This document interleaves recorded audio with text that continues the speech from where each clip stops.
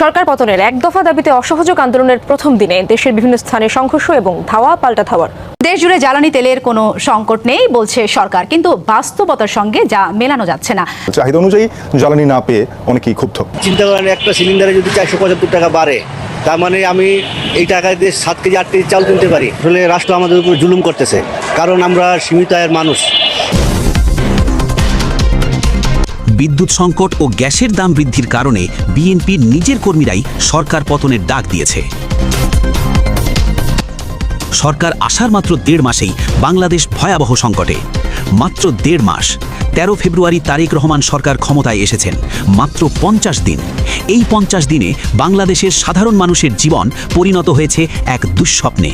দাম বাড়ছে, বিদ্যুৎ যাচ্ছে, আর সবচেয়ে ভয়ঙ্কর বিষয়, যারা এই সরকারকে ভোট দিয়ে জিতিয়েছে সেই বিএনপির সাধারণ কর্মীরাই এখন রাস্তায়। প্রিয় দর্শক, ব্রেকিং নিউজ, এইমাত্র পাওয়া খবর। দর্শক, সংবাদ শিরোনাম দেখে বুঝতে পারছেন দেশের ক্লান্তিকালে কি অবস্থায় সরকার দেশ গঠনের কাজ শুরু করেছে। দর্শক, আজকের সংবাদে আপনারা জানতে পারবেন খুবই গুরুত্বপূর্ণ তথ্য উপাত্ত। সম্পূর্ণ ভিডিও দেখতে চ্যানেলটা সাবস্ক্রাইব করে সঙ্গে থাকুন। দর্শক, ভিডিওটা স্কিপ না করে সরাসরি চলে যায় টিভির পর্দায়। আসুন দেখি কি কি হয়েছে এই 45 দিনে।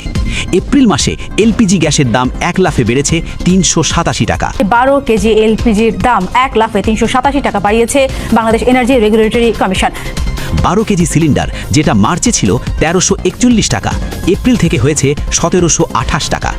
একটা পরিবার মাসে গড়ে 2টো সিলিন্ডার ব্যবহার করে, তার মানে মাসে 774 টাকা বেশি খরচ, বছরে 9288 টাকা বেশি। একজন রিক্সা চালক দিনে 500 টাকা আয় করেন, তার মানে প্রায় 18 দিনের আয়ে শুধু গ্যাসের বাড়তি দামেই চলে গেল। শুধু এলপিজি নয়, অটো গ্যাসের দাম বেড়েছে প্রতি লিটারে 18 টাকা। মার্চে যেটা ছিল 62 টাকা, এপ্রিল থেকে হয়েছে 80 টাকা। যারা অটোরিকশা চালান তাদের জ্বালানি খরচ বেড়েছে 30%-এরও বেশি। তারা কিভাবে সংসার চালাবেন? আর বিদ্যুৎ, এখানেই আসল বিপর্যয়। মার্চ মাসেই প্রধানমন্ত্রী তারেক রহমান নিজে বিদ্যুৎ সাশ্রয়ের আহ্বান জানিয়েছেন। নিজের অফিসের অর্ধেক লাইট বন্ধ করে দিয়েছেন, এয়ার কন্ডিশনার কমিয়ে দিয়েছেন। প্রধানমন্ত্রী যখন নিজের অফিসে বিদ্যুৎ সাশ্রয় করেন তখন বুঝতে হবে সংকট কতটা গভীর। 29 মার্চ প্রধানমন্ত্রী আকস্মিক বিদ্যুৎ মন্ত্রণালয় পরিদর্শন করেছেন। কেন? কারণ সংকট নিয়ন্ত্রণের বাইরে চলে যাচ্ছে। টেলিকম অপারেটররা 2রা এপ্রিল জরুরি আহ্বান জানিয়েছে তাদের টাওয়ারগুলোতে অগ্রাধিকার ভিত্তিতে বিদ্যুৎ ও জ্বালানি সরবরাহ দিতে হবে, কারণ বিদ্যুৎ সংকটের কারণে মোবাইল নেটওয়ার্ক বিচ্ছিন্ন হওয়ার আশঙ্কা তৈরি হয়েছে। সারা দেশের 18.5 কোটি মানুষের যোগাযোগ ব্যবস্থা হুমকির মুখে। আর মে মাসে কি হবে? বিশেষজ্ঞরা বলছেন মে মাসের শুরু থেকেই তীব্র লোডশেডিং শুরু হবে।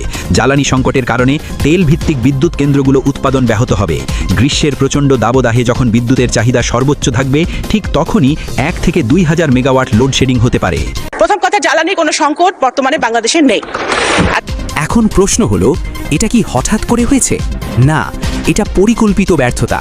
কারণ মাত্র কয়েক মাস আগে পর্যন্ত এই সমস্যা ছিল না। মোহাম্মদ ইউনূসের অন্তর্বর্তী সরকারের সময় 2024 সালের আগস্ট থেকে 2026 সালের ফেব্রুয়ারি পর্যন্ত এলপিজি গ্যাসের দাম স্থিতিশীল ছিল। মার্চ মাসে যখন সর্বশেষ দাম নির্ধারণ হয়েছিল তখন দাম অপরিবর্তিত রাখা হয়েছিল 1341 টাকাতেই। বিদ্যুৎ সংকট ছিল সহনীয় পর্যায়ে।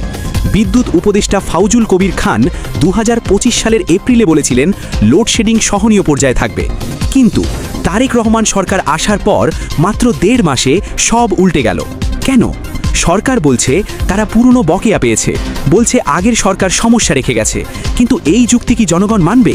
অন্তর্বর্তী সরকার 2024 সালের অক্টোবর থেকে 2025 সালের জুলাই পর্যন্ত বকেয়া বিল দিয়ে গেছে। বিল কমে 3 মাসে নেমে এসেছিল। তাহলে এখন হঠাৎ এত সংকট কেন? আসল সত্য হলো, এই সরকারের কোনো পরিকল্পনা নেই। তারা মনে করেছিল ভোট জিতলেই সব ঠিক হয়ে যাবে, কিন্তু ক্ষমতায় এসে তারা বুঝতে পারছে না কি করবে। বিদ্যুৎ মন্ত্রী নিজেই বলছেন গ্যাসের অভাব আছে, জ্বালানির ঘাটতি আছে, বকেয়া আছে, সব মিলে একটা জটিল পরিস্থিতি। এই তো সরকারের অবস্থা। জটিল পরিস্থিতি স্বীকার করছেন, কিন্তু সমাধান কি? কোনো সমাধান নেই। আর জনগণ, তারা কি করছে? তারা হিসাব করছে, প্রতিদিন হিসাব করছে। গ্যাস কিনতে কত বেশি টাকা লাগছে, বিদ্যুৎ না থাকায় কত ব্যবসা মার খাচ্ছে। আর তারা তুলনা করছে, মনে করছে আরে ইউনূস সাহেবের সময় তো এমন ছিল না, তখন তো গ্যাসের দাম বাড়েনি, তখন তো বিদ্যুৎ পেতাম, তাহলে এখন কি হলো? আর এখানেই বিপদ। কারণ যারা এই তুলনা করছে তারা শুধু আওয়ামী লীগের সমর্থক নয়, তারা বিএনপির নিজের কর্মীও, যারা রাস্তায় রাস্তায় ঘুরে ভোট এনেছে, যারা মিছিল করেছে, যারা মিটিং করেছে, সেই কর্মীরাও এখন ভুগছে। তাদের ঘরে গ্যাস কিনতেও 400 টাকা বেশি লাগছে, তাদের দোকানেও বিদ্যুৎ যাচ্ছে, তারাও ক্ষতিগ্রস্ত। আর এই কর্মীরা কি চুপ করে বসে থাকবে? থাকবে না, কারণ তারা বিএনপির কর্মী।